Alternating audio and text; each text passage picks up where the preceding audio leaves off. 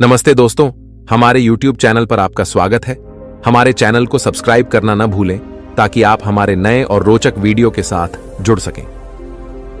तो चलिए शुरू करते हैं। बहुत समय पहले की बात है। किसी गांव में एक सम्राट था। उस सम्राट के पास सब कुछ था। बेशुमार दौलत थी, अच्छी प्रजा थी जो उसका ख्याल रखती थी, उसके आदेशों का पालन किया करती थी और वह भी अपनी प्रजा का खूब ध्यान रखा करता था। उन्हें कभी किसी चीज की कोई कमी महसूस नहीं होने देता था।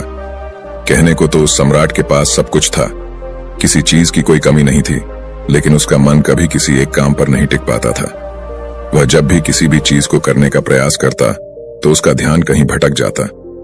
इस चीज को लेकर वो बहुत चिंतित रहता था। कई बार वह अपने बगल के राज्य के राजाओं से भी मिला था और सभी ने उसे अलग अलग राय दी थी। सभी ने उसे अलग अलग तरीके बताए थे।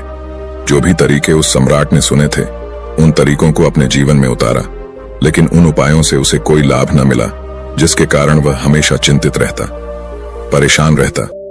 कई बार तो रातों को उसे नींद भी नहीं आती और वह केवल करवटें बदलता रहता। एक दिन सम्राट के कानों तक एक बात पहुंची कि उसके राज्य में एक ऐसा असाधारण व्यक्ति है जिसके शब्द अनमोल है, जिसके एक एक शब्द में जीवन का रहस्य छुपा है, जीवन का सत्य छुपा है। और उस व्यक्ति से मिलने के लिए लोग दूर दूर से आते हैं, क्योंकि हर व्यक्ति की समस्या का समाधान वह बहुत ही सरलता और आसानी से करता है। यह बात सुनकर सम्राट बहुत प्रसन्न हुआ। उसे लगा कि अब उसके सवालों का जवाब उसे मिल जाएगा।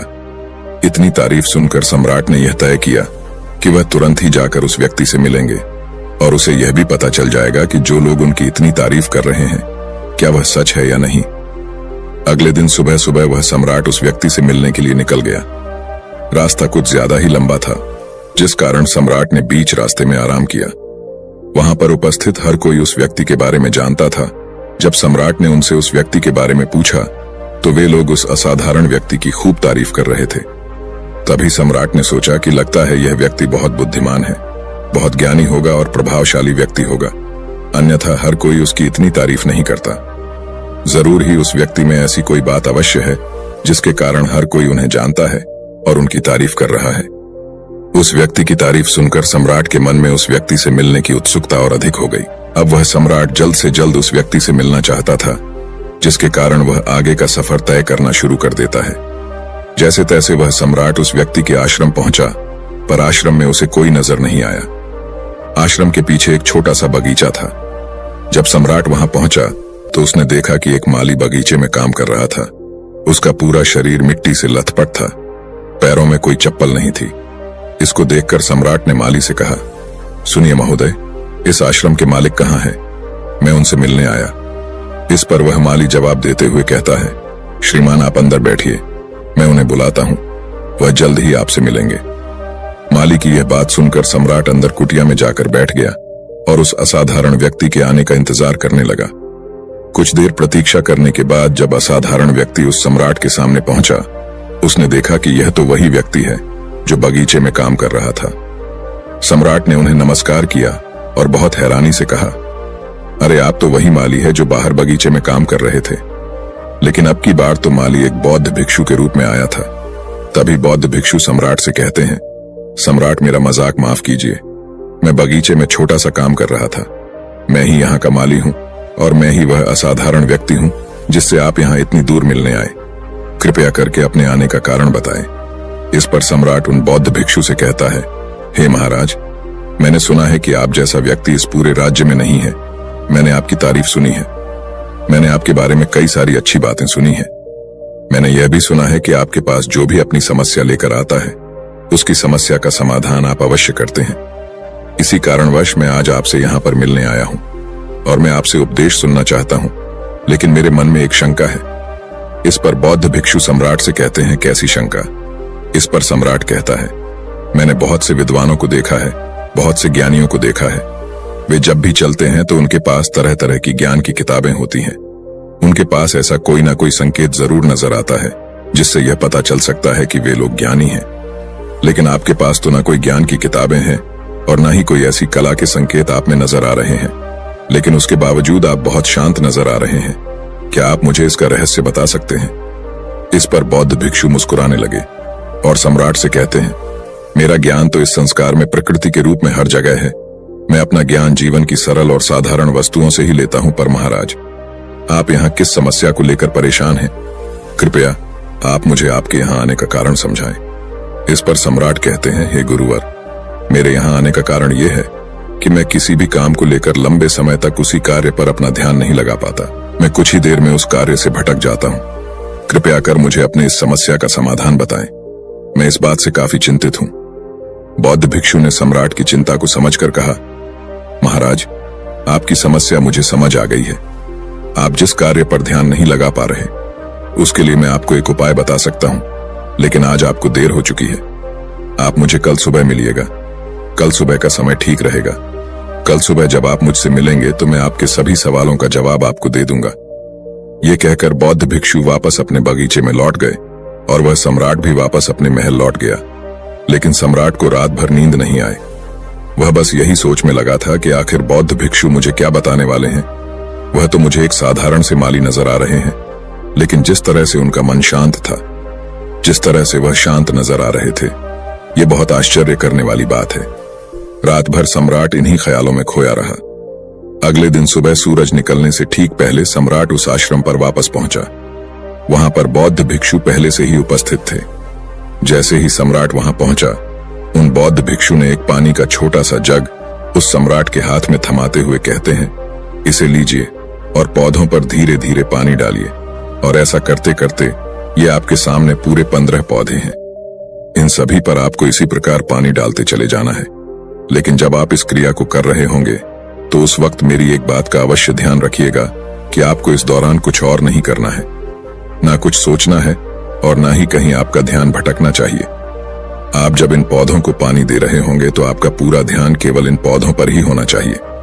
यदि इस बीच आपके मन में कोई विचार आए तो वहीं पर रुक जाइएगा और फिर दोबारा से पहले पौधे से पानी डालना शुरू कीजिएगा। और जब आप मेरी बात मानकर ठीक इसी प्रकार इन सभी 15 पौधों को पानी दे देंगे, तब आप मेरे पास आइएगा और मैं आपके सभी सवालों का जवाब आपको दे दूंगा। उस सम्राट ने आज तक ऐसा कोई काम नहीं किया था और सम्राट को यह काम बहुत छोटा सा लग रहा था।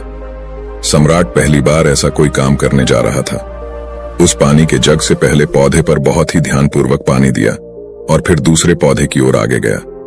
दूसरे पौधे पर भी उसने ध्यानपूर्वक पानी दिया। फिर उसने तीसरे पौधे पर पानी देना शुरू किया ही था कि उसके मन में तरह तरह के विचार उत्पन्न होने लगे। उसे अपने महल का बगीचा याद आने लगा, जहां पर तरह तरह के फूल थे, तरह तरह के पौधे लगे हुए थे। तभी अचानक उस सम्राट को उन बौद्ध भिक्षु की बात याद आ गई। यदि मन में कोई भी विचार उत्पन्न हो तो उसे फिर से पहले पौधे से पानी देना शुरू करना होगा। तुरंत ही पहले पौधे के पास वापस पहुंचा और उसने फिर से पहले पौधे को पानी दिया। दूसरे पौधे को उसने फिर से ध्यानपूर्वक पानी दिया। जैसे ही वह तीसरे पौधे पर पहुंचा, उसके मन में फिर से कई तरह के विचार उत्पन्न होने। अब की बार ये सोच रहा था, पता नहीं मेरे बिना मेरे साम्राज्य में क्या हो रहा होगा। और अब की बार सम्राट को बहुत क्रोध आने लगा। उसने सोचा कि आखिर मैं ये छोटा सा कार्य क्यों नहीं कर पा रहा हूं। वह तुरंत ही फिर से पहले पौधे के पास पहुंचा। उसने अब की बार बहुत ध्यानपूर्वक पहले पौधे को पानी दिया, दूसरे पौधे को भी ध्यानपूर्वक पानी दिया। ऐसे करते करते अब की बार सम्राट करीबन 5 पौधों में बहुत ही ध्यानपूर्वक पानी दे चुका था। लेकिन अब की बार जैसे ही उसने छठे पौधे पर पानी देना शुरू किया, उस पानी को देखकर सम्राट के मन में नदी के विचार उत्पन्न होने लगे और सम्राट अब बहुत परेशान हो चुका था। जितनी बार वह पौधों को पानी देने का प्रयास करता है, हर बार वह असफल हो जाता। उसका मन उतना ही ज्यादा व्याकुल होता जाता और वह खुद पर क्रोधित हो जाता है। सम्राट ये बात बहुत अच्छी तरह से जानता था कि वह भिक्षु उसकी परीक्षा ले रहे हैं। वह बहुत बुद्धिमान था, इस कारण उसने उन बौद्ध भिक्षु के सभी नियमों का पालन करना जरूरी समझा। सम्राट जितनी बार भी कोशिश करता है, हर बार वह असफल हो जाता। उसका मन उतना ही ज्यादा व्याकुल होता जाता है, हमेशा खुद को किसी न किसी विचार में उलझा हुआ पाता। ऐसे ही करते करते सुबह से शाम का वक्त हो चुका था, लेकिन अब तक वह सम्राट पूरे 15 पौधों में पानी नहीं दे पाया था। जब बौद्ध भिक्षु लौटकर शाम को वापस आश्रम लौटे तो उन्होंने देखा कि वह सम्राट थक हार कर बैठा हुआ है और तरह तरह की बातों में उलझा हुआ है। तभी बौद्ध भिक्षु सम्राट के पास पहुंचे और कहने लगे, हे सम्राट, मैं तुम्हारी ईमानदारी से बहुत खुश हूं। तुमने अपने कार्य को पूरे मन और लगन के साथ करने का पूरा प्रयास किया, इसलिए जो बात मैं तुम्हें बताने जा रहा हूं उसे बहुत ही ध्यानपूर्वक सुनना और समझने का प्रयास करना। जब हमारा मन विचारों से खाली हो जाता है तब उसमें मन का असली स्वरूप नजर आता है। तब साधारण से साधारण सा काम भी हमें ज्ञान और शांति देता है। इस पर सम्राट उन बौद्ध भिक्षु से कहता है, हे महाराज, पर यह कैसे संभव है? मैं तो जब भी कोई कार्य करता हूं तो मन में कई तरह के विचार उत्पन्न होते हैं और मैं उन विचारों में फंस कर रह जाता हूं और वहां से बाहर निकलने का कोई रास्ता मुझे नजर नहीं आता। तभी बौद्ध भिक्षु मुस्कुराने लगे और सम्राट से कहते हैं, हे सम्राट, तुम पौधों में पानी नहीं डाल रहे थे, तुम तो जल्दी जल्दी अपने इस कार्य को बस खत्म करना चाहते थे। तुम्हारे मन में तो ये विचार उत्पन्न हो रहा था कि तुम जल्दी से जल्दी इन 15 पौधों में पानी दे दो और उसके बाद तुम मुझसे मिल सको, मुझसे अपने प्रश्नों का उत्तर जान सको। किसी कारणवश यह कार्य तुम्हें बोझ सा प्रतीत हो रहा था, मानो मैंने तुम्हारे कंधों पर एक बोझ रख दिया हो, और यही कारण है कि तुम अपने आप को इस पल में रोक नहीं पाए। जब हमारे सामने रखा हुआ कार्य बोझ लगता है तो हम उसे बस जैसे तैसे खत्म करना चाहते हैं और उस काम को करते समय हम अपना पूरा ध्यान उस कार्य पर नहीं दे पाते। किंतु अगर तुम इस पल के महत्व को समझ पाते, इसके महत्व को महत्व दे पाते और केवल पौधों और पानी पर ध्यान देते, तो तुम्हें कोई भी विचार परेशान नहीं कर पाते। इस पर सम्राट कहता है, हे महाराज, मुझे आपकी यह बात समझ में आ रही है कि मैं जल्दी जल्दी इस कार्य को खत्म करके आपसे मिलना चाहता था, जिस कारण मेरा मन इस कार्य में पूरी तरह से नहीं लग सका। लेकिन यह एक पल है जो हम जी रहे हैं, उस पल में रहना बहुत कठिन है। क्या मुझे इसके लिए कोई तपस्या या तप करना होगा? इस पर बौद्ध भिक्षु एक बार फिर मुस्कुराने लगे और सम्राट से कहते हैं, जिस शांत मन की तलाश तुम कर रहे हो, वह शांत मन तो पहले से ही मौजूद है, वह तो पहले से ही तुम्हारे भीतर है। इसके लिए तुम्हें कहीं भी जाने की कोई आवश्यकता नहीं है और ना ही तुम्हें कहीं शांत जगह जाने की आवश्यकता है। इसके लिए कुछ जरूरी है तो वह है अपनी सांसों पर ध्यान देना। इसलिए अपनी सांसों पर ध्यान देना सीखो। हम किस तरह से सांसें ले रहे हैं और किस तरह से त्याग रहे हैं, इस बात को देखने और समझने का प्रयास करें। तब तुम्हें यह समझ में आ जाएगा कि तुम्हारा शांत मन तो तुम्हारी सांसों के साथ ही बना हुआ है। उसके बाद तुम चाहो तो कोई भी कार्य करते वक्त भी अपनी सांसों पर ध्यान दे सकते हो। जब तुम कहीं चल रहे हो, कोई ऐसा कार्य कर रहे हो, तो तुम्हें अपनी सांसों पर ध्यान देना चाहिए, या कोई भी ऐसी क्रिया जो तुम्हें वर्तमान से बांधे रखें। इसका एक और तरीका है, 2-4 मिनट अपने आसपास की प्रकृति पर गौर करो, देखो कि क्या चल रहा है तुम्हारे आसपास। इससे तुम वर्तमान में आ जाओगे। फिर तुम अपने कार्य को जल्दी जल्दी बस यूं ही खत्म नहीं करके उसे पूरे मन से करने का प्रयास करो, जिससे तुम्हारा मन एकाग्र होगा। और जब तुम्हारा मन एकाग्र होगा तो तुम चाहे कोई भी कार्य क्यों ना करो, फिर चाहे वह छोटा हो या बड़ा, तुम्हारा मन उसमें पूरी तरह से विलीन हो जाएगा और वह कार्य ही तुम्हें शांति और ज्ञान भी प्रदान करेगा। ऐसे समय पर हमारे मन में किसी प्रकार के कोई विचार उत्पन्न नहीं हो पाते और जब हम ऐसा करते हैं तो कर्ता और कर्म एक हो जाते हैं और हमारे भीतर की जो शांति है वह प्रकट होने लगती है। हम उसमें मग्न हो जाते हैं। इसे तुम चाहे तो आनंद कह सकते हो या फिर वर्तमान में जीना कह सकते हो, और यह अवस्था सरलता से प्राप्त भी कर सकते हो। बस तुम्हें केवल अभ्यास करना होगा। बौद्ध भिक्षु सम्राट से कहते हैं, जो मन मुश्किलों में शांत रहता है, मुश्किलों से भागता नहीं है, केवल सचेत रहता है, वह मन हर परेशानी को पार कर सकता है, हर दुविधा से बाहर निकल सकता है। सम्राट को उन बौद्ध भिक्षु की ये सारी बातें समझ में आ चुकी थीं। उसने उन बौद्ध भिक्षु को प्रणाम किया और वहां से वापस वह अपने राजमहल लौट आया।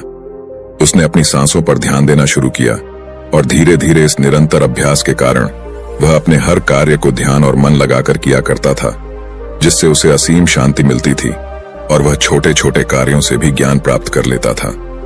इसलिए दोस्तों, कभी किसी कार्य को बोझ मानकर मत कीजिए, क्योंकि यदि आप उसे बोझ मानेंगे तो जल्दी जल्दी उसे आप अपने ऊपर से उतारने का प्रयास करेंगे, अर्थात उसे जल्दी जल्दी खत्म करने का प्रयास करेंगे। लेकिन इस प्रयास के दौरान आप जो भी कार्य करेंगे वह पूरे मन और लगन से नहीं हो पाएगा, और ऐसे में आप उस कार्य को जो अंजाम देना चाहते हैं, हो सकता है कि आप उसे अंजाम भी ना दे सके, और इसी कारणवश आपके मन में तनाव भी पैदा हो जाता है। हम चिंतित रहने लगते हैं, परेशान रहने लगते हैं, क्योंकि जो अंजाम हम उस कार्य को देना चाहते थे, अंजाम हम उस कार्य को ना दे सके। और हम में से अधिकांश लोग यही गलतियां करते हैं। जब उन्हें कोई कार्य सौंपा जाता है तो वह उस कार्य को करने का प्रयास तो करते हैं, लेकिन वह चाहते हैं कि वह कार्य कितनी जल्दी खत्म हो जाए, और वह उस कार्य को करते वक्त अपने आप को वहां नहीं रख पाते, बल्कि उनका मन तो कहीं और ही भटकता रहता है। जिससे हमारा मन हम पर हावी होने लगता है, हमें तरह तरह के विचार दिखाता है और हम उन विचारों में डूबते चले जाते हैं। हम उन विचारों में फंसते चले जाते हैं और फिर वहां से हमें निकलने का कोई रास्ता नजर नहीं आता, जिससे हमारे मन में तनाव पैदा होने लगता है। हम बहुत परेशान रहने लगते हैं।